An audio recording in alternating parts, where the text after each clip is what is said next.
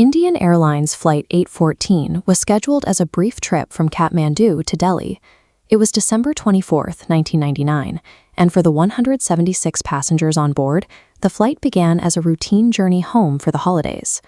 Shortly after entering Indian airspace, that quiet cabin erupted. 5 armed hijackers moved through the aisle and seized control of the aircraft. Within minutes, 191 people were transformed from ordinary travelers into bargaining chips in a global crisis. The plane was no longer a transport vessel, but a high-altitude hostage site. The plane first landed in Amritsar. Indian authorities attempted to delay the aircraft on the tarmac, hoping to launch a rescue operation. However, a lack of immediate, centralized command meant the plane was allowed to take off again before any tactical team could intervene. This failure to ground the flight in Amritsar allowed the aircraft to leave Indian jurisdiction. The crisis had escaped the reach of Indian law enforcement and entered a multi-country geopolitical vacuum. The hijackers' erratic path moved further from Indian control, first crossing the border to force a landing in Lahore, Pakistan. From Lahore, the aircraft crossed the Arabian Sea to Dubai, releasing some passengers. The journey then continued north, finally halting in Kandahar. The stop in Dubai revealed the human cost of the takeover.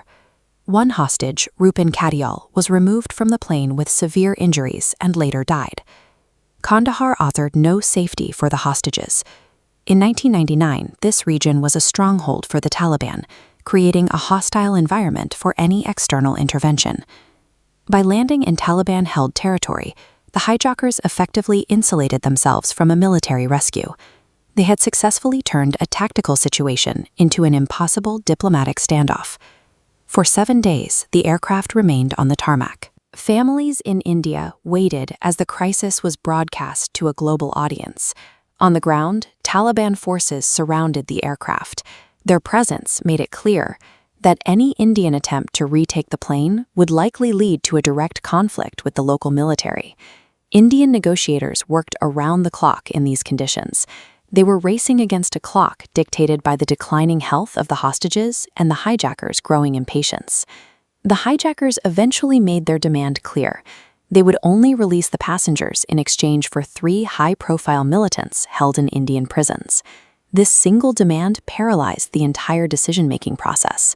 The government was forced to weigh the immediate survival of nearly 200 citizens against the future security risks of releasing known terrorists. This graphic visualizes the trade-off. Refusing meant the deaths of those on board, while agreeing meant returning active militants to the field and potentially emboldening their networks. After a week of negotiation and mounting public pressure, the Indian government chose to concede. The exchange was finalized with the release of 3 prisoners, including Masood Azhar. In return, the hijackers finally allowed the passengers to leave the aircraft. The hostages were flown home, ending the immediate physical danger of the hijacking. However, the release of the militants sparked a polarized debate. Critics argued that the humane act of saving the passengers had set a dangerous precedent for future national security. The return of the passengers was not the end of the event. Instead, it served as a catalyst for a systemic overhaul of India's internal defenses. Because the Amritsar stop revealed delays in communication and command, India introduced new airport security protocols and a framework to ensure intelligence agencies shared data instantly during active threats. The IC-814 event tested leadership under extreme pressure and exposed vulnerabilities in the standard security measures of the time. The legacy of IC-814 remains in the cockpit door locks and armed air marshals found on flights today. It stands as proof that the events inside a single aircraft can dictate national security policy for decades.